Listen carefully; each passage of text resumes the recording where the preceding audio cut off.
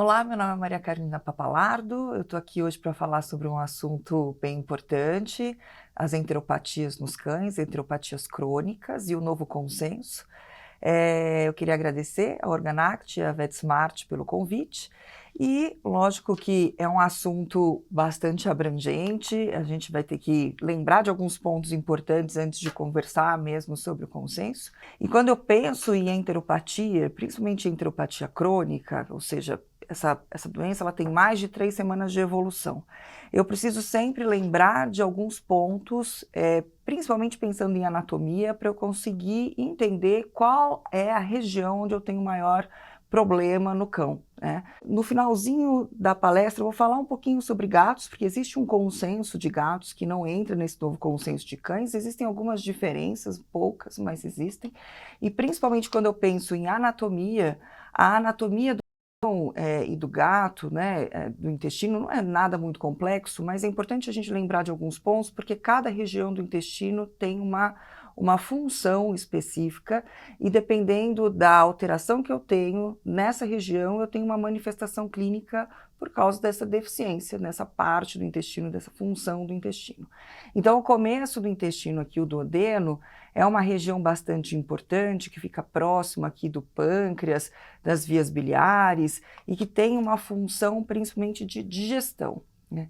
E no cão, principalmente, quando eu penso em manifestação clínica da duodenite, que é a inflamação do duodeno, a principal manifestação é o vômito bilioso, porque ali eu desemboco, então, as minhas vias biliares e eu tenho a liberação de bile ali. Então, se eu tenho uma inflamação importante, eu tenho um refluxo biliar muito importante, que pode, então, combinar com vômito ou só um refluxo, causando náusea, desconforto.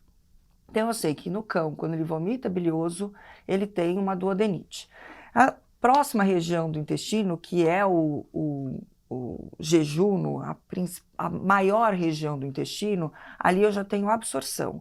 A absorção de nutrientes, absorção de água, principalmente. Então, quando eu tenho um paciente com jejunite, é um paciente que desidrata, que perde peso, que perde massa muscular, que pode perder algumas substâncias como a albumina. Então, é uma região importante quando eu penso em nutrição.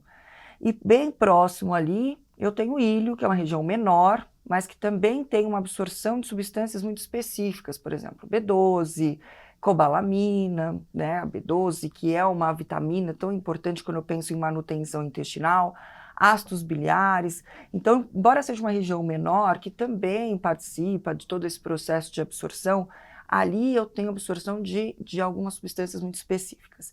Saindo dali, começa então o intestino grosso, que tem a função principal de armazenamento. Ali eu tenho bactérias muito específicas que vão produzir substâncias que são muito importantes também para a manutenção intestinal, substâncias anti-inflamatórias, que a gente vai falar bastante também no final da aula. E ali, então, se eu tenho qualquer manifestação clínica relacionada à colite, eu tenho relação também com essa função de armazenamento. Então, o paciente ele tem urgência em defecar, defeca pequenos volumes, né? É um paciente totalmente diferente daquele que tem alteração no intestino delgado, porque aqui no cólon eu já tive grande parte, então, da digestão, da absorção. Então, nutricionalmente, é um paciente que não tem um déficit tão grande quanto aquele que tem uma jejunite, uma ileite ou uma duodenite. Então, aqui, cada região do intestino absorve uma quantidade diferente de água, e sem dúvida, jejum e ilho são as regiões que mais absorvem, e por isso esses pacientes desidratam bastante. Além disso, eu tenho uma motilidade específica, que é muito importante quando eu penso em funcionamento intestinal, e geralmente, quando eu tenho algum problema, alguma inflamação, eu tenho ou aumento dessa motilidade ou diminuição. Na maioria das vezes, no início do processo da inflamação mais importante, inicial, eu tenho um aumento de motilidade, que são aqueles borborigmos que o tutor tanto fala para você, né, o responsável fala para você, durante a noite eu ouço a barriga do meu cachorro fazer barulho.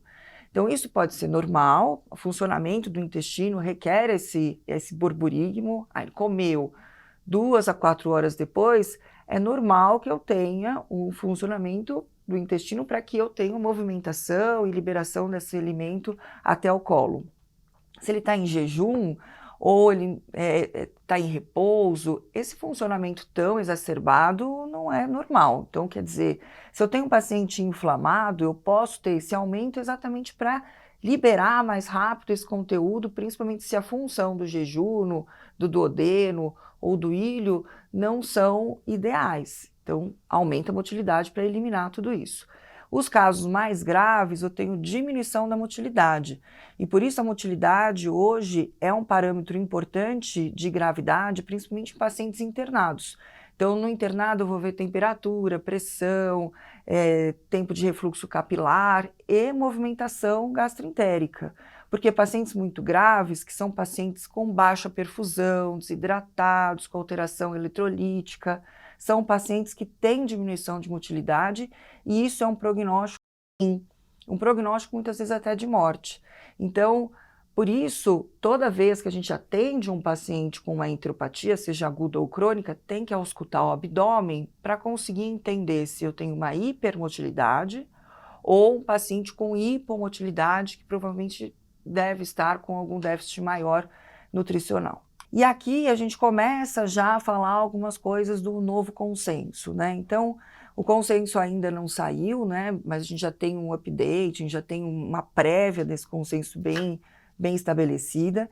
E o que hoje a gente sabe sobre qualquer diarreia, mas pensando na diarreia crônica, é que os fatores ambientais são muito importantes, a dieta para nós é a base de tudo, então ela pode ser a causa do problema, ela pode ser a resolução do problema e em todos os casos a gente vai ter a dieta como parte do tratamento, seja ela protagonista ou não, a gente vai adaptar a dieta para esse problema.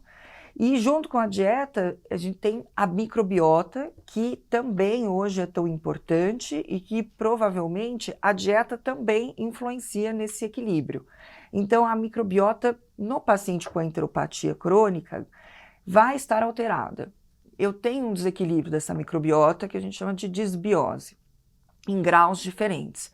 Isso interfere na minha inflamação? Interfere, porque as bactérias elas auxiliam nesse processo de educação imunológica intestinal, liberação de fatores anti-inflamatórios. Então a microbiota para nós é muito importante. E é lógico que eu tenho um paciente inflamado, então consequentemente eu tenho um desequilíbrio do sistema imune. Eu tenho liberação de células inflamatórias. Se eu fizer uma biópsia desse paciente, independente da causa da doença, vai estar cheio de linfócitos, de plasmócito, de eosinófilo, de neutrófilos na minha lâmina própria. Porque eu tenho ativação desse sistema para que eu consiga diminuir a minha inflamação ou eliminar o fator primário da causa da doença. Então, sempre eu vou ter uma alteração imunológica associada, primária ou secundária. E existem algumas raças mais predispostas a isso. Então, se você for no consultório do gastro, com certeza lá na recepção vai ter Bulldog francês, Spitz, York, Lhasa, Shih Tzus, que são as raças mais predispostas às enterites. É mais difícil encontrar um Doberman, um Labrador ali esperando. Eles têm outros problemas, né? Isso não quer dizer que eles não possam ter as enteropatias, mas sem dúvida, geneticamente, algumas raças têm doenças mais graves e com evolução mais crônica, ou já muito cedo eles já começam a ter manifestações clínicas gastrointestinais. E aí esse quadro é um quadro que resume mais ou menos as manifestações clínicas que o paciente tem quando ele tem uma lesão em determinada região do intestino. Isso funciona muito bem para cão, para gato funciona quando eu penso em diarreia. Assim, gato com diarreia profusa, líquida, em grandes volumes, assim como o cão, eu tenho uma alteração no intestino delgado. Gatos que têm fezes pequenas, pouco volume, muco, estrias de sangue, pingos de sangue, urgência em defecar, disquesia, tenesmo, assim como o cão, podem ter colite. Mas a diferença entre o cão e o gato é que o cão, quando vomita bilioso, eu sei que ele tem uma duodenite, né? O problema é no intestino delgado. O gato, quando vomita, ele pode ter alteração em qualquer região do intestino.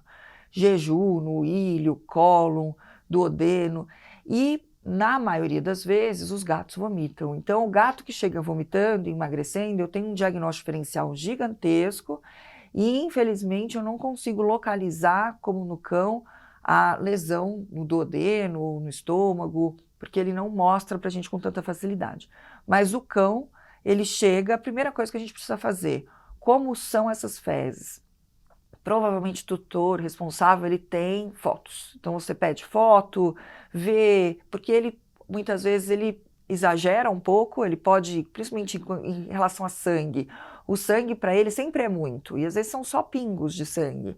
Então a gente tem aqui umas fotos para entender melhor isso. Então o intestino grosso, quando ele inflama, os volumes são pequenos, eu tenho ali muco, eu tenho sangue, mas não em grande quantidade. Esse paciente geralmente não tem emagrecimento, isso é intermitente, a cada 15 dias, uma vez por mês, uma vez a cada 2 meses, autolimitante, com 2, 3 dias isso se resolve. Então é diferente dessa diarreia, que é uma diarreia volumosa, com sangue em grande quantidade. Esse paciente fica anêmico, ele tem perda de gordura. A segunda foto a gente consegue ver uma diarreia bem volumosa. Vocês conseguem perceber que tem algumas umas regiões onde parece que tem umas falhas ali. Isso é gordura. A gordura ela não se mistura, né, na água, então a gente consegue ver ela se separando ali da água que tem nas fezes. Isso é ruim. Quando tem umas fezes assim, né, que a gente chama de esteatorreia, que são amareladas ou esbranquiçadas, e eu tenho uma perda desse nível de gordura, é um paciente que provavelmente tem uma perda de peso muito grande e eu posso ter uma repercussão sistêmica disso. O colesterol começa a baixar, né? Então, esse é um paciente grave, é um paciente que muitas vezes eu não tenho tempo de ficar fazendo testes, de mudar muito a dieta dele, porque ele tem uma repercussão sistêmica maior. E aqui o vômito bilioso, que é uma alteração também de intestino delgado, do duodeno, e que muita gente esquece disso e acaba tratando pacientes com vômito bilioso como se eles tivessem gastrite.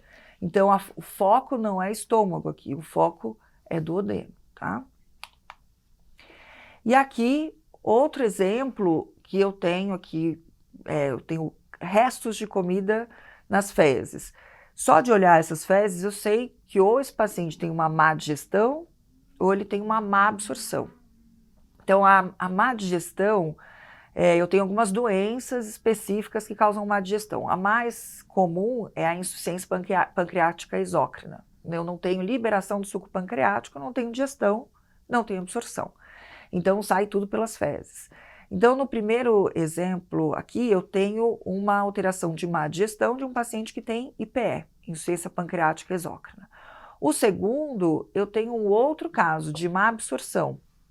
Alterações de má absorção são as enteropatias crônicas, responsivas à dieta, linfoma, enteropatias responsivas a imunossupressores, a síndrome do intestino curto, quando você tira uma grande quantidade do intestino, por exemplo, porque teve um trombo, necrosou grande parte do jejum, tirou todo o jejum, eu tenho ali uma falta de área importante para absorção e ele acaba tendo uma síndrome de má absorção consequente, que é exatamente esse o segundo caso.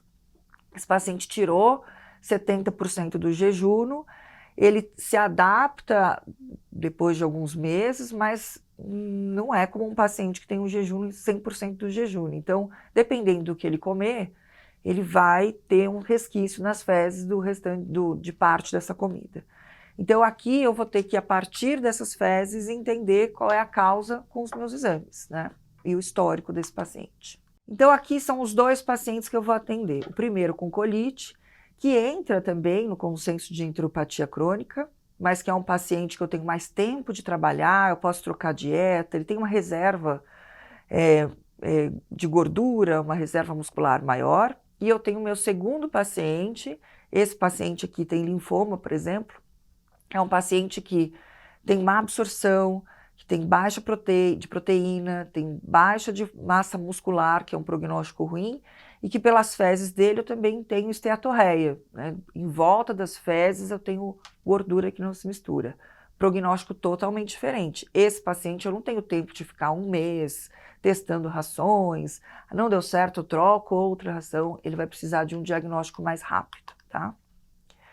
Então, como eu falei aqui, as síndromes de má digestão é uma outra aula, né? A gente vai falar um pouquinho sobre disbiose, que também é uma alteração de má digestão, e as alterações de má absorção, então, que são as enteropatias crônicas, que podem ou não ter alteração em proteína, em anemia, leucocitose, translocação bacteriana, e a gente vai precisar do auxílio de vários, né, do histórico de vários exames laboratoriais de imagem para nos auxiliar. Existem alguns marcadores intestinais que são importantes e que entram no consenso. Alguns, os principais, a albumina, B12, o folato, a vitamina D e a proteína C reativa é um marcador principalmente de inflamação ativa. Pacientes que estão internados, por exemplo, que foram internados por causa da inflamação importante, você pode usar a proteína C reativa como um marcador rápido de resolução. Em 24 horas, 48 horas depois do tratamento, ela já pode te mostrar se o seu tratamento está fazendo efeito, então ela diminui conforme a inflamação vai diminuindo também. Se eu for escolher, às vezes o tutor, o responsável não tem dinheiro para fazer tudo isso. Qual é desses, para mim, sem dúvida, o marcador mais importante? A albumina. Barato, simples e que realmente me indica prognóstico importante. B12 também é muito importante, mas caso por algum motivo você não consiga dosar, você pode repor muitas vezes de forma empírica. Não é uma vitamina que causa problemas se você repor em excesso. Mas a albumina, sim, a albumina para mim é um fator importante de prognóstico. Então existem vários trabalhos que mostram, né, a importância da cobalamina, que é uma vitamina que vai estar diminuída tanto nas alterações digestivas, na IPE, por exemplo, quanto nas alterações de absorção. E para mim também é prognóstico, pacientes que têm B12 mais baixa, têm uma doença provavelmente mais grave, né? E aí existe um guideline também, que é um guideline importante, do uso de antibióticos, e no novo consenso eles deixam muito claro que o uso do antibiótico é a nossa última opção quando eu penso em enteropatias, embora ainda muitas pessoas, muitos veterinários usam o antibiótico como primeira opção, porque realmente ele resolve, ele mata todo mundo, dizima todas as minhas bactérias intestinais, e aí eu tenho uma resolução rápida, e quando eu tiro o antibiótico, eu aumento o meu problema, porque aí eu tenho um desequilíbrio muito maior. Então essa diarreia muitas vezes volta com muito mais força e muito mais difícil de ser resolvida. Além do que, eu acabo muitas vezes escolhendo as bactérias mais fortes, deixando elas ali, e se eu tenho uma doença muito grave, na hora de translocar, são essas as bactérias que vão translocar, que já são resistentes ao antibiótico que eu usei inicialmente, que provavelmente é um antibiótico de amplo espectro. Então, por isso existe esse guideline, e a gente usa, então, o antibiótico em ocasiões muito específicas. Pensando nessa diarreia aguda, e aqui eu posso pensar também na alteração crônica agudizada, eu não vou usar antibiótico em nenhum paciente que tenha diarreia importante, seja com sangue ou não, que respondeu à fluidoterapia. Então, se ele chegou para você com essa diarreia importante, desidratado muitas vezes, hipotenso ou não, às vezes ele não tem assim um grau tão importante de alteração sistêmica, você vai colocar na fluido, e se esse paciente ele responde à fluidoterapia, vida que segue, eu vou manter com as minhas medicações suporte, controle de vômito, repor eletrólitos, fazer todo o meu suporte conforme a evolução da doença, e não vou usar antibiótico nesses pacientes. Agora, se é um paciente que chegou, que eu fiz fluido, estou fazendo suporte, e mesmo assim ele continua desidratado, ou ele hidratou, mas ele tem pressão baixa, ele não está, a hemogasometria está alterada, ele continua com muito sangramento, e não necessariamente ele precisa ter sangramento, às vezes ele não tem, mas ele está instável hemodinamicamente, esse é o paciente que pode receber antibiótico. Então, e é uma minoria, não é a maioria dos pacientes que vai evoluir dessa forma. Quais antibióticos? É lógico que esse não é brasileiro, existe uma diferença entre os usos de antibiótico, aquilo que a gente tem disponível, mas a gente tenta usar antibióticos que peguem bem enterobactérias, mas que, pensando quando a gente escalou nesses antibióticos, não tenham um espectro tão agressivo. Então, amoxicilina simples, ampicilina, são antibióticos que a gente pode usar de primeira escolha. Eles colocam o sulfa também. Eu, particularmente, não gosto muito da sulfa, porque acho que tem muitos efeitos colaterais, mas é um antibiótico citado. E em casos mais críticos, onde eu tenho translocação, onde isso não funcionou, aí eu posso escalonar para amoxiciclovulato, AMP com Subactam, clindamicina, quinolonas e aminoglicosídeos em casos bem graves. O que é importante? Pouco tempo. 3 a 7 dias é suficiente e geralmente esses pacientes evoluem bem. Entrando aqui então na enteropatia crônica mesmo, falando um pouco sobre esse consenso, né? Teve já um update o ano passado sobre esse novo consenso. Nesse início a gente já viu que a classificação das enteropatias mudou um pouco. A gente tinha uma classificação anterior, que é a primeira pirâmide, onde eu tinha uma base, que são as enteropatias responsivas à dieta.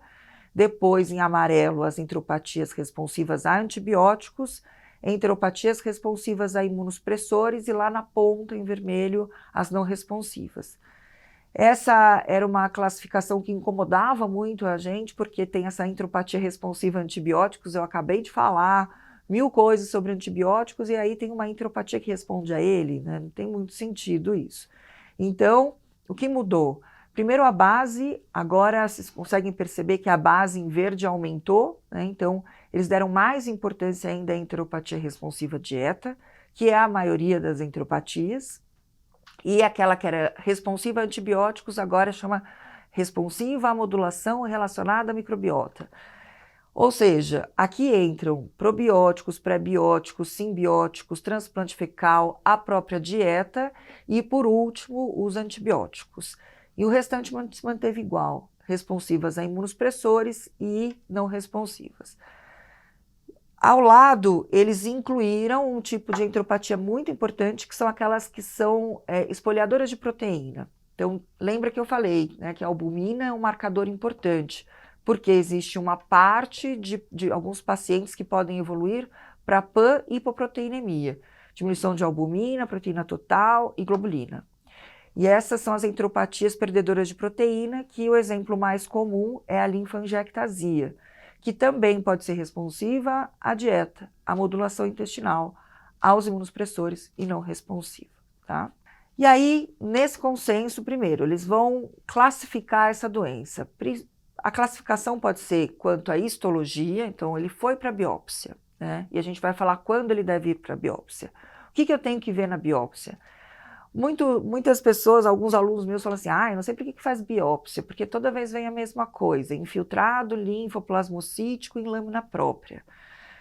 A maioria das vezes é isso que a gente vai encontrar mesmo, mas não é só isso que a gente vê na biópsia, né? A biópsia a gente vai ver estrutura também. Então, se eu tenho erosão, se eu tenho úlceras, no histológico eu consigo ver isso. Como são as minhas criptas? Elas estão dilatadas? As minhas velocidades, elas estão achatadas, elas estão diminuídas, eu tenho fibrose. Então, a estrutura para mim é muito importante. Se eu tenho um paciente com muita fibrose, esse é o paciente que pode estar lá no topo da minha pirâmide, aquele que é arresponsivo. Porque se eu tenho fibrose, eu não tenho mais intestino viável. É lógico que eu tenho uma amostra muito pequena desse intestino, mas se eu tenho 10 amostras e nessas 10 amostras tem fibrose, a chance de eu ter uma grande quantidade de fibrose no intestino é muito grande. E se eu entro com o meu tratamento e eu não tenho resposta, eu tenho então aqui um documento que eu mostro para o responsável, olha, não está respondendo porque o intestino está assim. É muito mais fácil dele entender e mais fácil da gente também entender se o meu tratamento ele está certo ou não. Porque pode ser que ele não responda, eu não fiz a biópsia, vou testar. Não está respondendo. Por que ele não está respondendo? Porque eu estou errando ou porque o meu intestino está muito lesionado mesmo? Então, por isso, essa classificação histológica é tão importante, até para prognóstico, né? Então, aqui um exemplo. Na setinha, eu consigo ver uma cripta. Essa cripta não é para estar desse tamanho. Então, se ela está tão dilatada assim, é porque eu tenho uma inflamação de moderada a grave. Eu já tenho alteração de estrutura. E isso interfere na minha absorção? Interfere. São pacientes que têm menor absorção, né?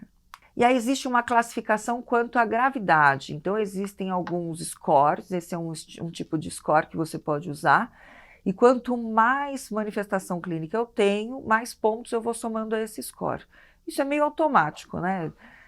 Nem sempre a gente usa na rotina um score assim tão certinho, mas eu sei que um paciente que vomita todos os dias, que tem diarreia profusa todos os dias, que está perdendo peso, é um paciente mais grave do que um paciente que vomita uma vez a cada 2 semanas, que tem um score corporal 5, um score muscular ideal.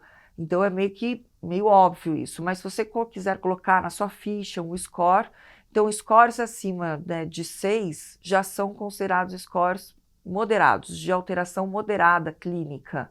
Quanto maior, pior é o prognóstico desse paciente, né?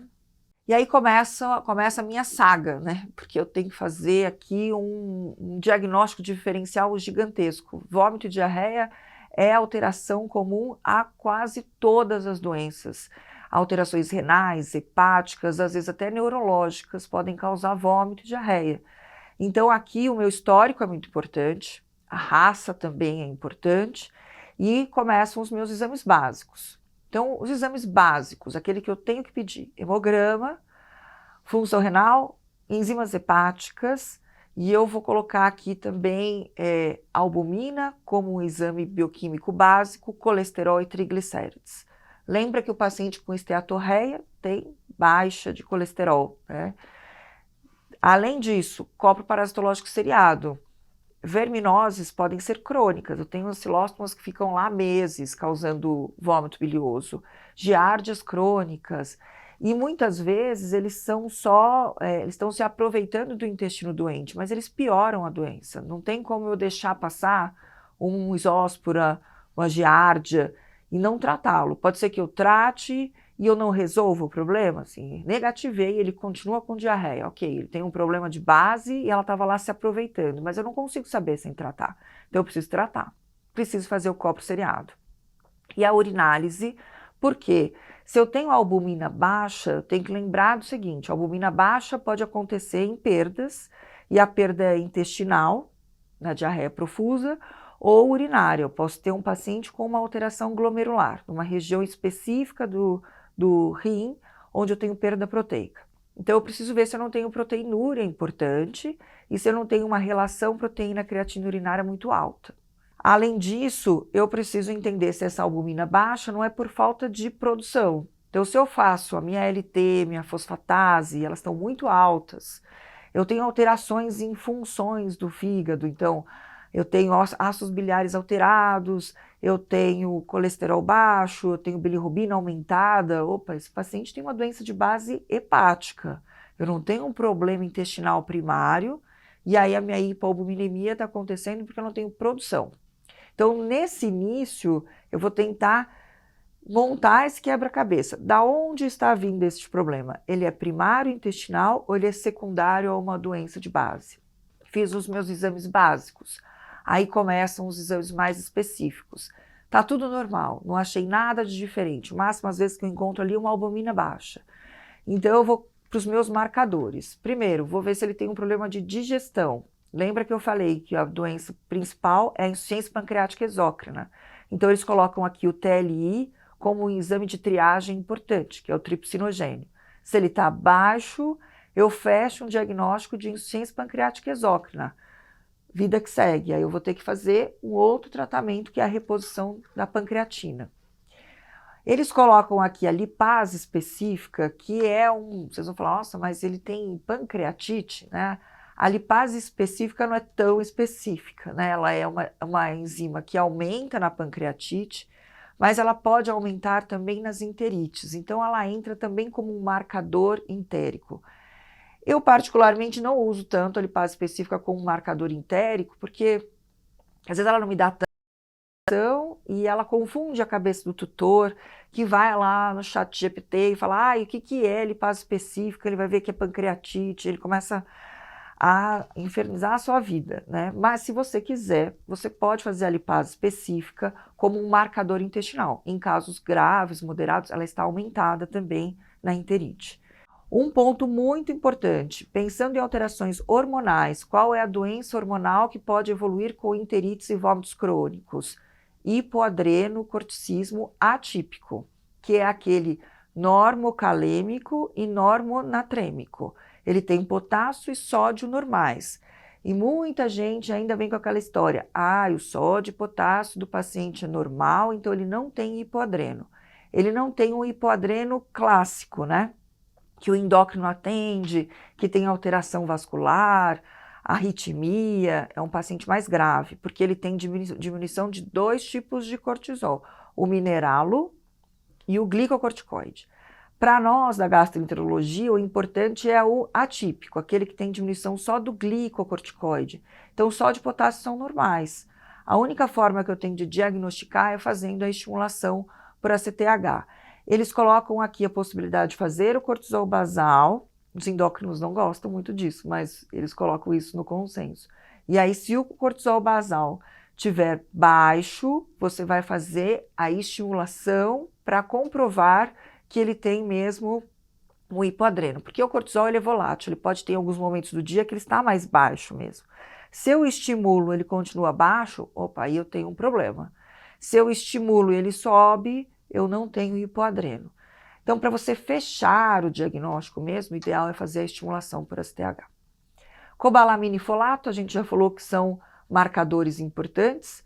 Ácidos biliares, eles colocam aqui principalmente para diagnóstico diferencial de Shunt, porte sistêmico, que é um paciente que pode ter diarreia, mas não é a principal manifestação clínica. E aqui eles colocam as sorologias infecciosas. Doenças infecciosas podem piorar enterites, podem dar start em doenças, às vezes, primárias imunológicas, e algumas delas causam alterações intestinais importantes. E o que mudou nesse consenso é que eles colocam a leishmania como uma possibilidade de enterite. Isso a gente já sabia, que a leishmaniose ela pode ter uma versão dela, onde eu tenho só alterações gastrointestinais. E às vezes eu tenho até PCRs e RIFs negativos e eu encontro mastigotas no histopatológico, por exemplo. Então, ela é um diagnóstico diferencial até o final, a leishmania, principalmente para nós aqui no Brasil. A análise de microbiota fecal, microbioma fecal, que são os índices de disbiose, a gente vai falar um pouquinho mais para frente, mas a gente vai usar principalmente quando eu penso em fazer um transplante fecal. Cultura de mucosa, existe um tipo de enterite, que é a enterite, é a colite granulomatosa, que é comum nos boxers e nos bulldogs franceses, que eu tenho um histológico muito específico, onde eu encontro células chamadas histiócitos, que são macrófagos, né? Então eu tenho ali uma alteração relacionada à Escherichia coli enteroinvasiva, e esses histiócitos então aparecem ali porque eles estão tentando fagostar essa bactéria que está tentando sair ali do intestino e ela fica na mucosa. Então, por isso eles falam da cultura de mucosa. Se eu tenho um paciente com colite grave e o meu jovem, minha possibilidade de colite granulomatosa, durante o procedimento de colonoscopia, eu vou coletar um pedaço da parede do colo e eu mando esse pedaço para a cultura.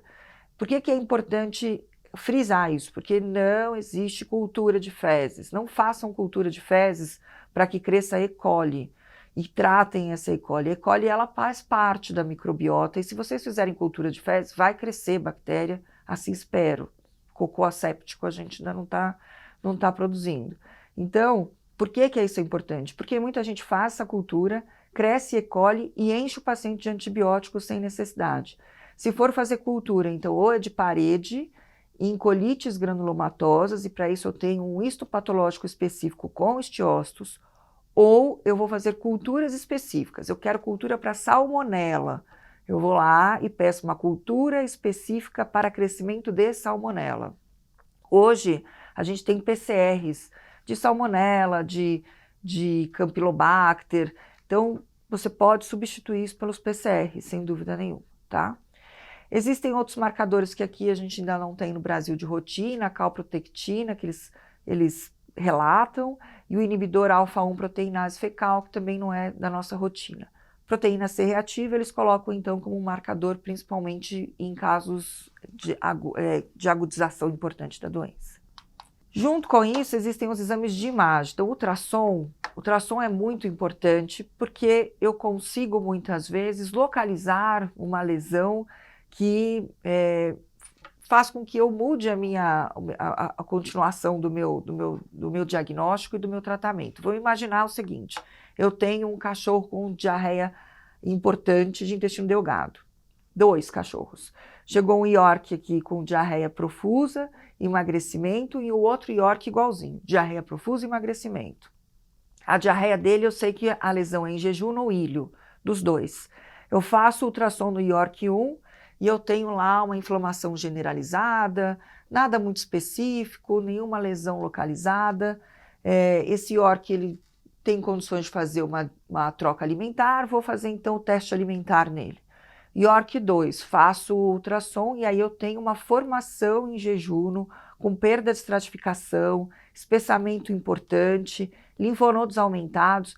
Esse York, embora ele tenha a mesma manifestação clínica do 1, ele vai para a laparotomia exploratória, porque eu tenho uma lesão que eu consegui ver no ultrassom e existe uma possibilidade de neoplasia. Então, embora as manifestações sejam as mesmas, eu tenho causas diferentes e o ultrassom conseguiu, então, me nortear. Localizei a lesão e aqui eu vou para a laparotomia exploratória, tá? Raio-x de tórax em casos de efusões, principalmente pacientes com linfangiectasia. E aí, a endoscopia, a gente vai ver que existe um time para ela, mas se ela for utilizada, é sempre interessante em pacientes que têm diarreia fazer a alta e a baixa, porque eu preciso ver ilho, e o ilho eu consigo ver pela colonoscopia, né? Aqui eles colocam um número alto de biópsias que tem que ser adequada, ou seja, biópsias adequadas são aquelas que eu vejo estrutura e vejo células. É fácil 10, 15 amostras de biópsias adequadas num paciente muito inflamado? Não, então eu tenho que fazer muita biópsia para chegar nesse número, né? Principalmente em veterinários que estão começando, né? Então, endoscopia é treino. Para eu chegar nesse número, eu tenho que biopsiar bastante. E essa é uma vantagem da endoscopia, eu consigo fazer muitas biópsias. Então, precisam de 10 a 15 biópsias adequadas por sítio intestinal para eu ter um bom diagnóstico. Isso tem uma forte evidência, isso quer dizer, tem muitos trabalhos mostrando que isso é importante, né? Então, aqui exemplos de como o ultrassom pode me ajudar. Esse é um paciente jovem, é um Bull Terrier de 2 anos, chegou com ativo, ele não tinha nenhuma alteração tão grave, com diarreia. Se eu vejo um paciente jovem assim, eu penso em 1000 diagnósticos diferenciais, né? Corpo estranho, Bull Terrier, né? As enteropatias responsivas à dieta, verminoses, né? Quando eu fui fazer ultrassom, eu encontrei uma formação em região ileocecocólica. Isso é comum no paciente de 2 anos? Não. Mas aqui, com esse ultrassom, mudou completamente o meu diagnóstico, a possibilidade de evolução. Então, esse paciente também vai para a laparotomia, e embora fosse um paciente jovem, era uma neoplasia em intestino. Aqui o mesmo paciente com essa formação, e aqui é um gato, que vai entrar em outro consenso, mas só para vocês entenderem a importância. É um gato vomitando, que tem uma lesão em jejum muito localizada, com perda de estratificação, quer dizer, eu não consigo ver as camadas do intestino. Isso indica que eu tenho alguma coisa muito grave e muito agressiva, causando destruição do meu intestino.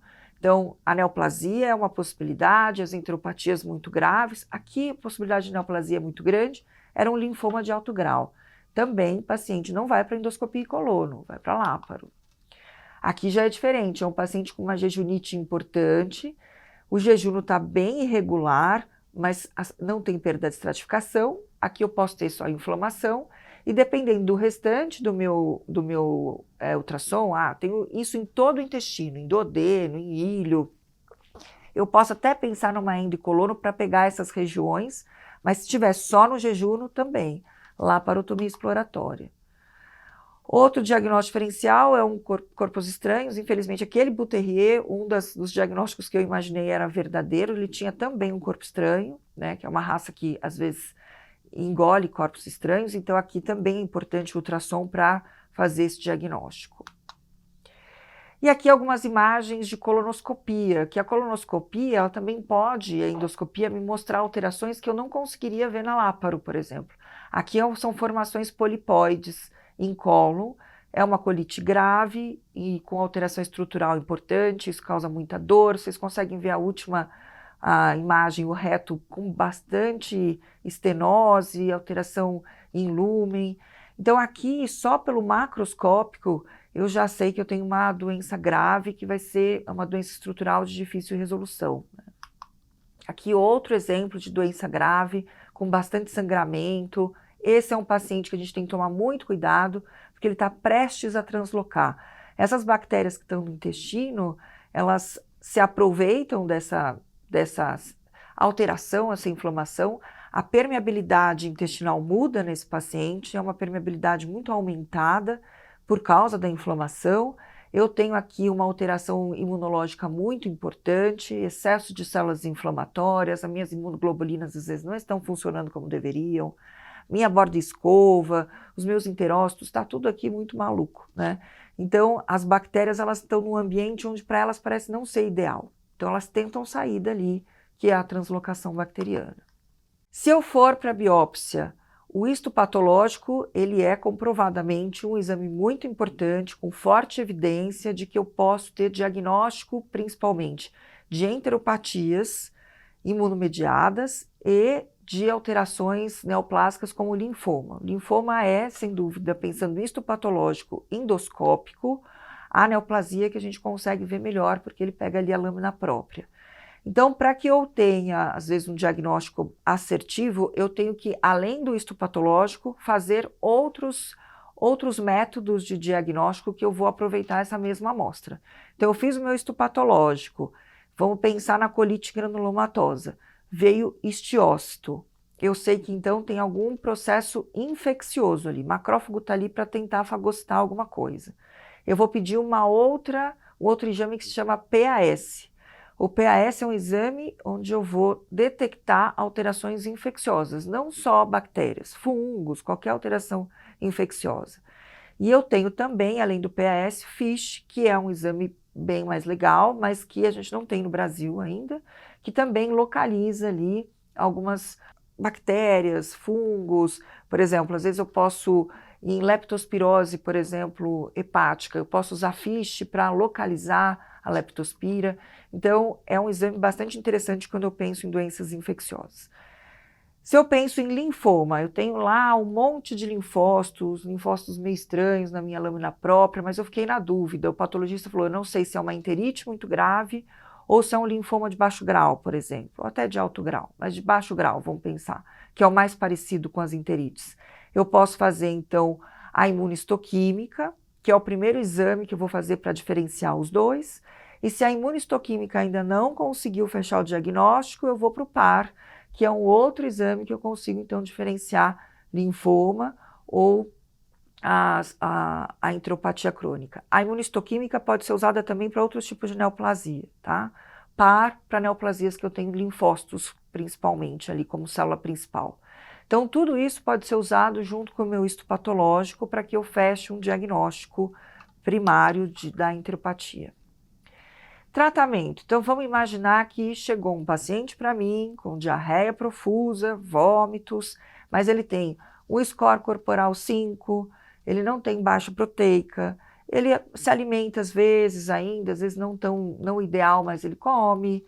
Ele tem condições físicas de fazer o que a gente chama de teste alimentar, que é o primeiro tratamento que a gente vai fazer nesse paciente, trocar a dieta dele. Pensando em dietas, as dietas, o que mudou no consenso? A gente tinha muito a hidrolisada como uma dieta padrão. Aqui eles abriram um leque de dietas que a gente pode usar.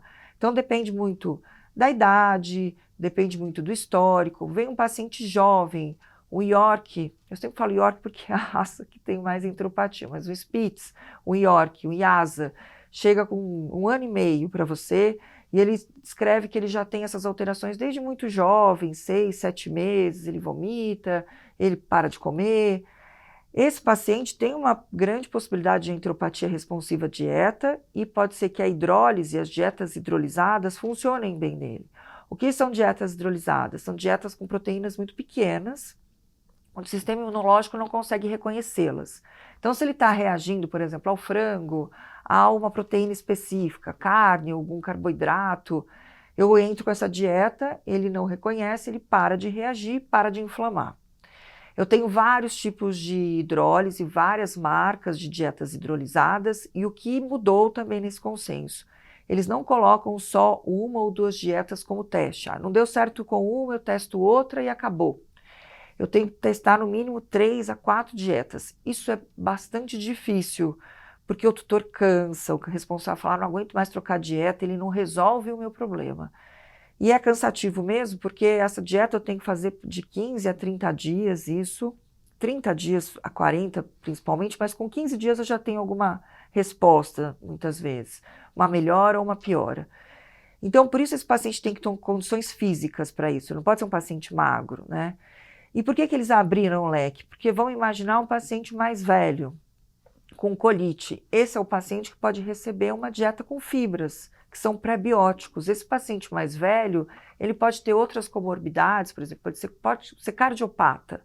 Ele tem uma perfusão baixa do intestino. As bactérias ficam loucas com isso, elas entram num processo de desbiose muito importante, principalmente do cólon. Quando eu entro com fibra, eu controlo, então, essas bactérias, porque é um pré-biótico, e eu melhoro a colite desse paciente. Então, eu posso pensar em outros tipos de dieta, dependendo da região do intestino, da idade e do histórico do paciente. Aqui eles colocam uma alta evidência em resposta à dieta, eles colocam até 89% de resposta, que é muito alto, eu acho, bem alto. Se eu não tenho, então, teste por 2 a 3 semanas, eu tenho uma resposta positiva, ótimo, continuo com a minha dieta e eu vou monitorar esse paciente durante meses e eu posso, até depois de 4, 6 meses, fazer uma outra dieta e ver se esse paciente realmente tem uma enteropatia responsiva à dieta. Eu entro com uma dieta de manutenção normal e vejo se ele tem diarreia. Não teve diarreia. Por que ele respondeu inicialmente e agora não tem mais essa necessidade de hidrólise ou de dietas hipoalergênicas? Porque pode ser, essas são dietas de alta digestibilidade, pode ser que naquele momento ela não fez o efeito porque ela é hidrolisada, mas porque ela tem uma alta digestibilidade e auxiliou no processo de melhora da inflamação. E aí eu controlei essa doença e pode ser que mais para frente eu consiga fazer uma outra dieta para ele, né? Nem todo tutor aceita isso, porque ele não quer, às vezes, voltar com a diarreia. Se você tiver que manter essa dieta, sem problema nenhum. O que tem que tomar cuidado são dietas mais calóricas, às vezes eles ganham peso, tem que controlar triglicéridos e colesterol em pacientes que têm predisposição, às vezes, a esse aumento, e monitorar esse paciente como você faria com qualquer outro, com check-ups anuais, a cada 6 meses, 4 meses, dependendo da evolução da doença. Aqui, novamente, dieta, teve muita palestra sobre dieta nesse último que vim, e aí aqui eles colocam uma dúvida que muita gente tem. Qual que é melhor, hidrolisada ou dietas com proteínas novas, que são coisas diferentes, né? Tem aquelas hipoalergênicas com hidrólise e hipoalergênicas com única proteína, de cordeiro, de peixe. Qual que funciona melhor? É lógico que depende de cada paciente, mas nesse trabalho, por exemplo, que eles colocaram aqui, eles tiveram uma resposta melhor com a hidrolisada. E mesmo aqueles pacientes que não responderam à dieta única, com proteína única, quando eles usaram a hidrolisada, eles responderam. Então parece que para esse teste a hidrolisada parece um pouco melhor. E aqui eles colocam, tem a possibilidade de fibra, como eu falei naquele caso da colite. A fibra funciona muito bem em alguns casos, principalmente de intestino grosso, e ela é, sim, uma fonte importante, um pré-biótico importante para controle de desbiose.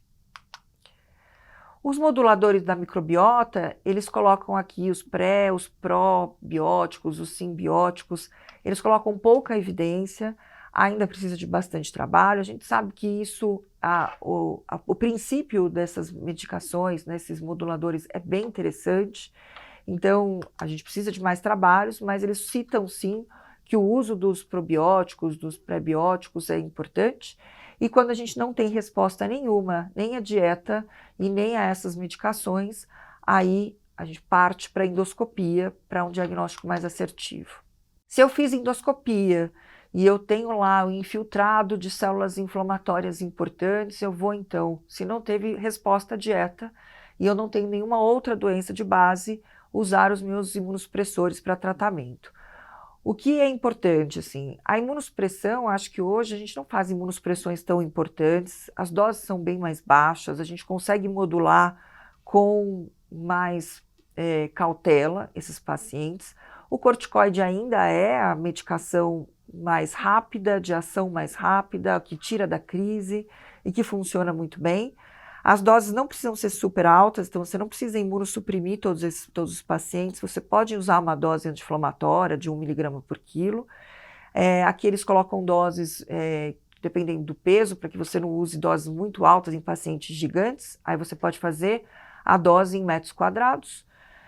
Eles voltaram a falar sobre a budesonida, os americanos gostam de budesonida, aqui no Brasil a gente deixou ela um pouco de lado, porque ela tem bastante efeito colateral. Muitas vezes as pessoas acham que por ser um corticoide de ação local, ela tem menos efeitos colaterais que a prednisolona, mas ela também vai causar poliúria, polidipsia, diabetes, tem uma metabolização hepática muito maior que a prednisolona. A diferença é que ela tem uma ação mesmo local, intestinal, e é mais específica, a budesonida. A gente aqui no Brasil não tem a budesonida original, é difícil de encontrar, é de 3 miligramas na farmácia humana, então a gente manipula em cápsulas com revestimento entérico, né? Nunca a gente vai usar os dois, ou é prednisolona ou é budesonida, e eu particularmente vejo uma resposta melhor à prednisolona. Não deu certo só com corticoide. Tem paciente que a gente entra com corticoide, vai diminuindo depois de 3 a 4 semanas e ele fica bem só com dieta. Esse é o melhor dos pacientes. Mas existem alguns que quando a gente começa a diminuir, ele volta a ter sintomas. Aí a gente pode associar um outro imunossupressor, que a primeira escolha para eles é a ciclosporina. A ciclosporina, a dose que eles colocam aqui é de Cidiabide. Geralmente a gente usa 5 miligramas por quilo.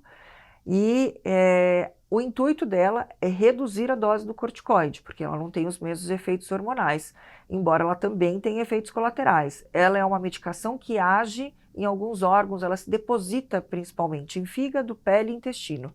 Por isso ela é usada nas doenças que têm relação com esses órgãos. E ela também tem uma metabolização hepática e ela pode ter alguns efeitos colaterais, como hiperplasia de gengiva. Em alguns pacientes ela pode causar aumento de LT, não é tão comum. Então é sempre bom a gente monitorar esse paciente, sem dúvida. Continua com dieta mesmo que ela não seja meu tratamento principal. Ela é importante em todos os pacientes, ela vai auxiliar essas medicações. Depois então de um tempo eu vou reduzindo o corticoide, achando a dose mínima dele, pode ser que eu consiga tirar e deixar só ciclo, e depois de um tempo eu tento tirar ciclo também. Depois de 3, 4 meses eu vejo se eu consigo tirar, né?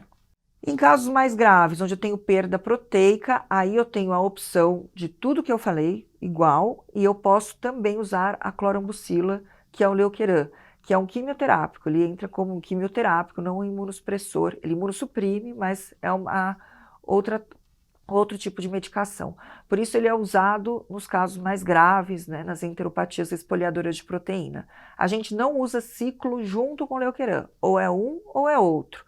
Lembrar que o Leukeran tem que ser usado com luvas, tem que pegar os dejetos com luvas, isso a gente já espera que você pegue, mas jogue esses dejetos em vaso sanitário, porque existe uma pequena eliminação pelos dejetos, tá? Então tem que tomar um certo cuidado. O que mudou aqui é que a gente geralmente faz clorambucila segundas, quartas e sextas, né? Aqui eles colocam CID, que muda bastante, assim, é uma imunossupressão bem maior. Então, isso é uma coisa que a gente ainda vai ter que se adaptar e eu ainda não usei dessa forma, mas eles colocam o CID aqui. Sempre junto com prednisolona e a gente vai tirando a prednisolona e fazendo o acompanhamento desse paciente. As enteropatias espoliadoras de proteína ou as outras enteropatias podem então ter déficit de proteínas, então cobalamina é muito importante, a gente tem que suplementar se os níveis forem baixos ou subótimos, então isso é importante, assim, eles colocam aquele nível que ainda está dentro do parâmetro, mas está muito no nível inferior, já pode ser suplementado e eu acho isso bem importante. Ela pode ser oral ou parenteral, a gente já sabe que a oral também tem uma boa absorção. B9, o folato, não é tão comum a gente vê-lo baixo, geralmente quando ele está baixo é porque a coisa está bem ruim mesmo. E a vitamina D, sim, é um marcador bem interessante, mas que infelizmente a gente ainda tem muito erro de laboratório, laboratórios que não têm ela muito bem estabelecida. Então ainda é uma vitamina que a gente tem alguns problemas aqui no Brasil. E não só aqui, fora também. Mas ela é fator de prognóstico, em casos mais graves, geralmente ela está baixa, sim. Aqui eu vou só falar rapidamente sobre o consenso de gatos. A única coisa diferente desse consenso é que os gatos, como eu falei, eles têm vômitos como principal causa e nem sempre a gente consegue localizar só pelo tipo de vômito, então o ultrassom para a gente acaba sendo bem importante.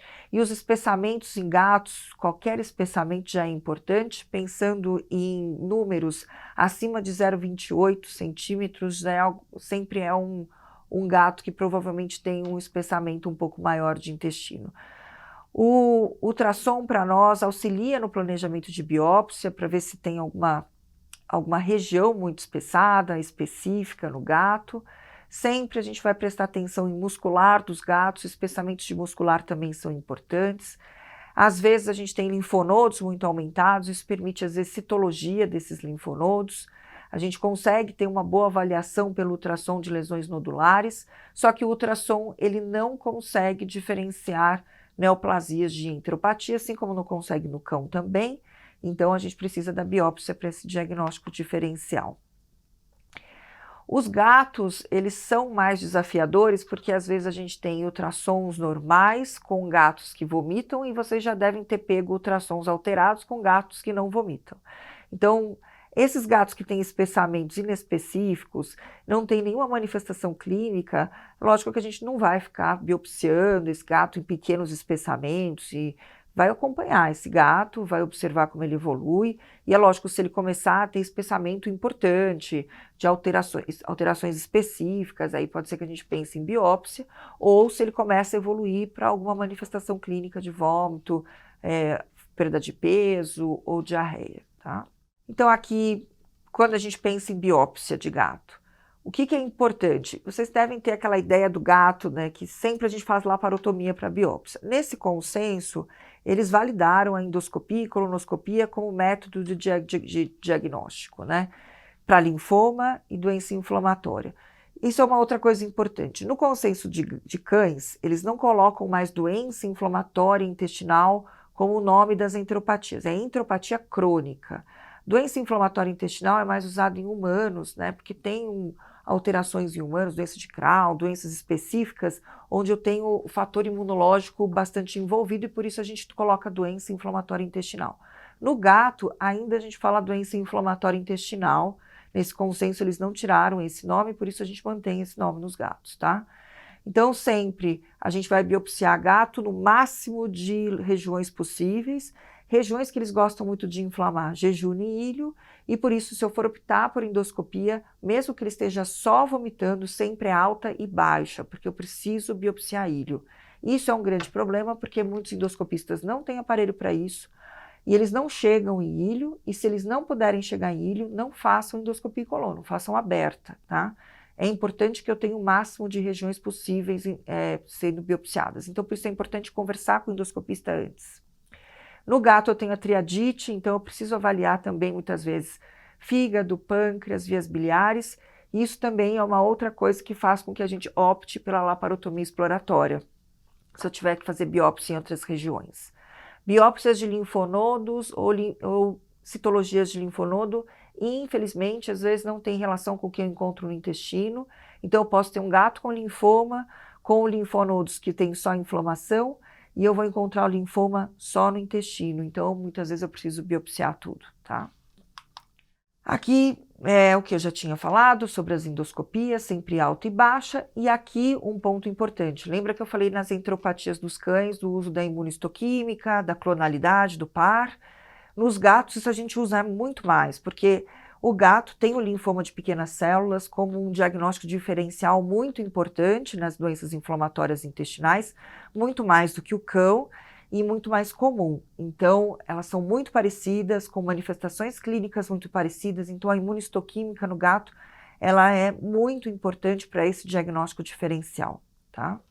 E para fechar, a disbiose, eu tinha que falar um pouco de disbiose, porque é bastante falada no consenso, falada, na verdade, em todo lugar. Hoje, disbiose é o assunto do momento, que é, na verdade, um desequilíbrio da microbiota, um desequilíbrio ou para grandes quantidades, pequenas quantidades, ou às vezes só um desequilíbrio do tipo de bactéria que eu tenho ali, que causa uma inflamação intestinal ou perpetua a inflamação intestinal com manifestações clínicas, vômito, diarreia, perda de peso, flatulência, náusea.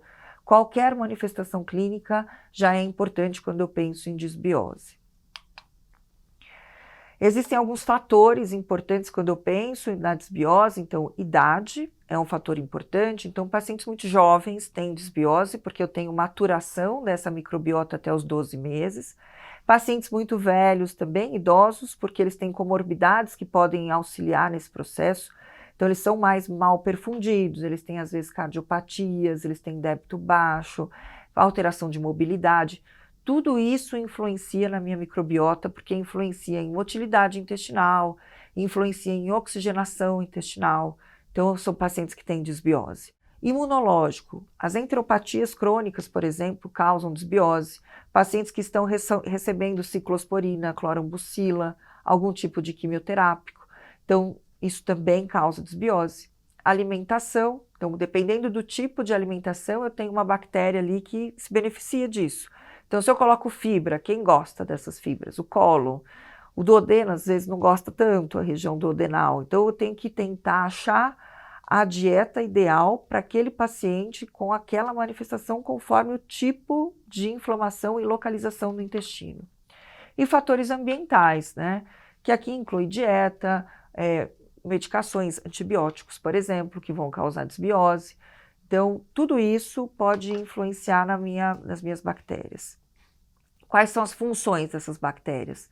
Tem função digestiva, ela auxilia no processo de digestão, e ela tem uma função de proteção. Então, se eu tenho uma salmonela entrando, comi alguma coisa com salmonela, o meu sistema imunológico vai participar de tudo isso, mas as bactérias também, que vivem ali, elas vão eliminar essa salmonela.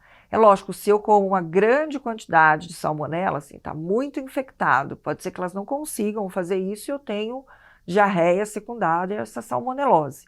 Mas elas têm uma função muito importante contra fungos, outras bactérias, que auxiliam muito nesse processo de infecções secundárias, principalmente a alimentos contaminados. Educa o sistema imunológico, então ela auxilia esse sistema imunológico, eles vão trabalhar em conjunto para tentar eliminar algumas doenças. E por isso, eu tenho que prestar atenção em alguns pacientes, principalmente. Pacientes idosos, têm muita colite, pacientes imunossuprimidos, os filhotes e pacientes com doenças de base. Doenças renais, hepáticas, neurológicas, as enteropatias, pacientes com alterações hormonais, diabetes, hipercortisolismo, hipotiroidismo, são pacientes que têm disbiose, hipoadrenocorticismo. Então, a primeira coisa que eu faço é trocar a alimentação. No paciente jovem, eu posso usar dieta hidrolisada. No paciente mais idoso, dietas com fibras. Eu tenho dietas high fiber, que são dietas específicas para colite, com altos níveis de fibra. Ou eu posso usar dietas de obesidade. Às vezes os pacientes que têm colite são obesos. Então eu uso uma dieta de emagrecimento, que tem mais fibra, e esse pré-biótico então auxilia no meu equilíbrio bacteriano. Posso usar junto com isso pré-bióticos, probióticos, simbióticos, e em casos mais graves eu posso então desinflamar esse paciente com corticoide, por exemplo. Se eu não tiver resposta, eu vou fazer então a minha biópsia, vou usar algum imunossupressor associado. E existe a possibilidade de transplante de fezes, que é hoje uma possibilidade ainda que precisa de bastante estudo, mas que já tem um guideline, já foi citado no consenso. E por último, os antibióticos mesmo. Em alguns casos a gente vai ter que usar. Probióticos, então, probiótico é aquela medicação onde eu tenho as bactérias ali benéficas, espécies de bactérias benéficas que vão colonizar ali de forma transitória, elas não vão ficar ali para sempre no meu intestino, mas elas chegam ali, dão uma organizada, conversam com o pessoal que está ali, dá uma equilibrada e vão embora, né? Então o probiótico, ele é muito interessante em diarreias agudas, diarreias crônicas, e o mais importante, eu posso usar durante muito tempo, meses, eu posso usar durante o meu tratamento de enteropatia crônica como auxiliar. Eu tenho aqui, o que é muito importante, quando a gente tem um pré-biótico, e aí a gente tem hoje muitas empresas que fazem ótimos pré-bióticos, a Organact é uma que faz pré-bióticos bem legais, e a gente tem opções em pasta, opções em comprimidos, pó, tudo isso, quando a gente pega um probiótico, o que a gente tem que ver? Lógico, as bactérias que tem ali, todas elas são importantes, e a unidade formadora de colônia que a gente tem nesses probióticos. Então, unidade formadora de colônia com 10 oitava, 10 a nona, são boas unidades formadoras de colônia. Eu tenho uma quantidade boa de bactérias ali que vão me auxiliar nesse processo. Quando eu tenho unidades muito baixas, isso faz com que seja mais difícil eu conseguir, às vezes, uma resposta tão boa, né? E é lógico, a maneira como esse probiótico foi feito, se ele resiste a altas temperaturas, tudo isso é importante e por isso algumas empresas, elas fazem probióticos de melhor qualidade, né? Então, além dessas bactérias, eu posso, por exemplo, ter Saccharomyces, não é uma bactéria, é uma levedura, mas ela é bem interessante porque existe aquela coisa, eu posso usar probiótico junto com antibiótico? Não existe um trabalho falando que isso é certo ou errado. Então, se você não usa, não está errado, e se você usa, também não está. Eu, particularmente, uso. É óbvio que se eu estou usando antibiótico, eu vou diminuir a ação desse probiótico? Vou. Mas eu acho que eu não anulo completamente, eu acho que é interessante usar. E, por exemplo, se eu tenho uma levedura nesse probiótico, e existem alguns probióticos que têm uma quantidade maior de Saccharomyces, é uma levedura que não vai sofrer uma ação do antibiótico como as outras bactérias. Então, também é interessante. Então, eu acho que a gente tem, eu particularmente da Organact uso muito o Lactobac Plus, e eu gosto do tablete, acho que ele funciona muito bem. A gente tem o pós-biótico, que também tem um probiótico ali associado, que é em pó, que às vezes é bem palatável, eles gostam, é fácil de colocar, você pode titular a quantidade, você pode aumentar, diminuir, conforme a resposta imunológica desse paciente. Então, acho que a gente tem muitas opções. Os pós-bióticos, na verdade, são as substâncias que essas bactérias produzem, os ácidos graxos de cadeia curta, o butirato, por exemplo, é um pós-biótico. Quando a gente tem um pós-biótico para vender esse pós-biótico, então vem essa substância e um pedacinho de uma bactéria, alguma parte de uma bactéria junto com esse pós-biótico para que eu tenha uma ação melhor dessa medicação, que é bem interessante, a gente não tem tantos no mercado, mas essa substância é a substância mais importante quando eu penso na função dessas bactérias em regular a inflamação intestinal. E aqui a gente tem um guideline do transplante fecal, que é hoje uma possibilidade de terapia, não é um milagre, sem dúvida nenhuma. Em casos muito graves, eu acho que realmente a gente precisa de uma terapia mais específica, mas ele pode ser um auxiliar. Vou imaginar que eu estou usando um paciente com linfangiectasia, que está péssimo, usando clorambucila, ciclosporina. A linfangiectasia especificamente, a gente tem uma dieta específica para ela, que são as low fat, são dietas com pouca gordura, e eu não consigo diminuir esse corticoide. E isso pode ter relação com desbiose, por exemplo. Então, eu posso fazer o transplante fecal para tentar diminuir a dose do meu corticoide ou até retirar esse corticoide. Em casos não tão graves, assim, eu não estou tendo uma resposta de 100% da dieta, mas eu tenho uma resposta de 90%.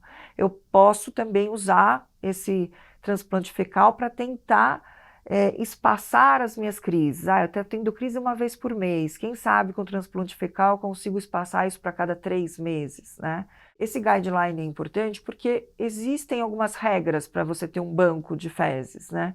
Não é qualquer paciente que vai fazer esse transplante e não é qualquer paciente que pode doar essas fezes. Então, existem alguns testes infecciosos que são importantes para serem feitos. Esses pacientes têm que ser negativos, para isso eles têm que ser rígidos e eles têm que ter um índice de disbiose muito específico. Esse é o índice de disbiose, que é, na verdade, pelas fezes a gente vai quantificar algumas bactérias que tem no cólon, lógico que tem muito mais do que isso. Essas são algumas importantes, e a gente tem, então, aqui o Peptacetobacter, que é o antigo Clostridium iranones, é o mais importante quando eu penso em transplante. Essa bactéria é a bactéria que converte ácidos biliares primários em secundários, que é uma conversão muito importante quando eu penso em digestibilidade, controle de inflamação. Então, quando ela está baixa, geralmente eu tenho uma disbiose mais importante e uma inflamação que se perpetua. Então, para eu ser um doador, primeiro eu tenho que ter essa bactéria alta, Peptacetobacter. Tem que estar alto e eu tenho que transplantar essa bactéria para o paciente que tem ela baixa. Esse é um paciente aqui, um exemplo, que tem um índice de disbiose alto. Ele tem uma quantidade muito baixa de Clostridium iranones, então ele é um candidato a receber de um doador fezes com altas concentrações dessa bactéria. Então também não é todo paciente que é apto a receber o transplante fecal. Ele precisa ter esse índice alto, índice de disbiose com déficit de Peptacetobacter iranones, tá? Cobalamina a gente já viu então que deve ser reposta. Aqui é a dose que a gente usa parenteral, mas a gente pode fazer também uma dose oral, e também tem uma boa absorção. Se for fazer a parenteral, a gente faz uma vez por semana aplicações de cianocobalamina intramuscular ou subcutânea durante 6 semanas, 4 a 6 semanas para regularização da cobalamina. E para fechar, então, as conclusões, a gente sempre vai avaliar o paciente primeiro, até para a gente saber se ele tem condições de iniciar uma terapia só com dieta, e os exames. Então, o paciente está muito magro, ele está mal, ele tem ascite, ele tem albumina muito baixa, é um paciente que eu já vou, então, fazer a minha triagem rápida e mandá-lo para a biópsia o mais rápido possível, para que eu faça um diagnóstico mais assertivo. Ele tem um bom score, ele tem condições de fazer troca de dieta, eu vou então fazer durante 3 a 4 semanas um teste alimentar. Então, a avaliação clínica e dos primeiros exames é que vai ditar a sua conduta, né? Não pule etapas, não pegue esse paciente no primeiro dia e encaminhe ele para endoscopia sem necessidade, porque você vai ter lá um infiltrado de linfócitos e de plasmócitos se você tiver um paciente com enteropatia responsiva à dieta, se você tiver um paciente com giardia, se você tiver um paciente com corpo estranho. Então, não pule etapas para que vocês não errem o tratamento. E sempre a gente tenta encontrar a causa da enteropatia. É desafiador, é difícil, o responsável reclama, porque é uma doença difícil de se tratar muitas vezes, e lembrar que muitas vezes você pode ter o cume lá da minha pirâmide, que são os pacientes responsivos, infelizmente. Por isso é tão importante tentar achar um diagnóstico para que você entenda se o seu tratamento é correto e se você está usando as medicações corretas para esse paciente, certo? E é isso. Muito obrigada, gente. Agradeço novamente a Organact, a VetSmart pelo convite e espero que vocês tenham aproveitado a aula.